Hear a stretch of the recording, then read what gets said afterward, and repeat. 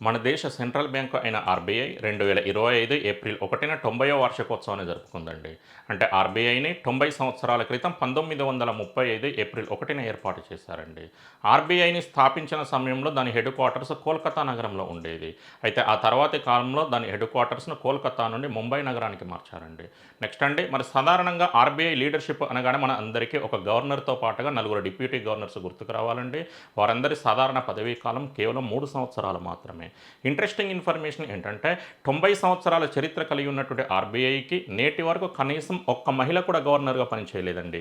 మరి ఎంతమంది మహిళలు డిప్యూటీ గవర్నర్స్‌గా పనిచేశారు అంటే కేవలం నలుగురు మాత్రమే. ఆ నలుగురిలో కూడా నాలుగవ మహిళ 2025 ఏప్రిల్‌లో నియమించబడిందండి.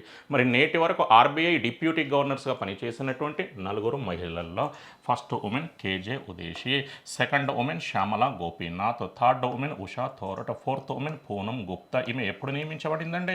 2025 ఏప్రిల్‌లో. ఈమె సాధారణ పదవీ కాలం ఎన్ని సంవత్సరాలు అంటే కేవలం 3 సంవత్సరాలు మాత్రమే.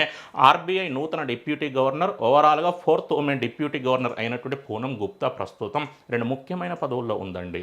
ఆ రెండింటిలో first one member of economic advisory council to the prime minister, ప్రధానమంత్రి ఆర్థిక సలహా మండలి సభ్యురాలు. Second one national council of applied economic research director general. అసలు ఈ ఇన్స్టిట్యూట్ లేదా ఈ సంస్థ ఎక్కడ ఉంది అంటే న్యూఢిల్లీలో. అసలు పూనం గుప్తా ఎవరి స్థానంలో ఆర్‌బీఐ నూతన డిప్యూటీ గవర్నర్గా నియమించబడింది అంటే ఎండి పాత్ర స్థానంలో. ఈ విధంగా ఆర్‌బీఐకి డిప్యూటీ గవర్నర్స్గా పనిచేసినటువంటి మహిళలు అనగానే మొత్తం ఎంతమంది గుర్తుకు రావాలండి? నలుగురు. వారి పేర్లను చాలా ఈజీగా గుర్తుపెట్టుకోవచ్చండి. ఫస్ట్ ఉమెన్ ఎవరండి? కేజే ఉదేశి. ఏంటండి ఉదేశి? ఒక చిన్న పిల్లోడి బర్త్డే చేసేటప్పుడు వాడితో మనం ఏమంటామండి? అరే క్యాండిల్ను ఊదేసేయరా ఊదేసేయరా ఊదేసేయరా అంటామండి. ఇక్కడ పేరు ఏంటండి? కేజే ఉదేసి.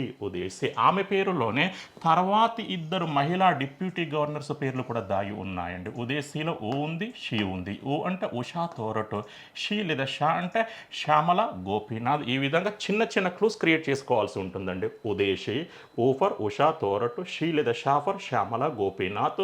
న్యూ డిప్యూటీ గవర్నర్ లేదా ఫోర్త్ ఉమెన్ డిప్యూటీ గవర్నర్ ఎవరు అంటే పూనం గుప్తా. నెక్స్ట్ అండి మరి ప్రధానమంత్రి ఆర్థిక సలహా మండలికి చైర్మన్గా పనిచేస్తూ అనారోగ్యంతో 2024 నవంబర్ 1న ఎవరు మరణించారు అంటే వివేక్ దేవ్రాయ్ లేదా బిబేక్ దేబ్రాయ్. ఆ మహానుభావుడు మరణానంతరం పద్మవిభూషణ్ అవార్డును లేదా పద్మభూషణ్ అవార్డును లేదా పద్మశ్రీ అవార్డును దక్కించుకున్నాడో కామెంట్ సెక్షన్లో కామెంట్ చేసేటువంటి ప్రయత్నం చేయండి. Thank you.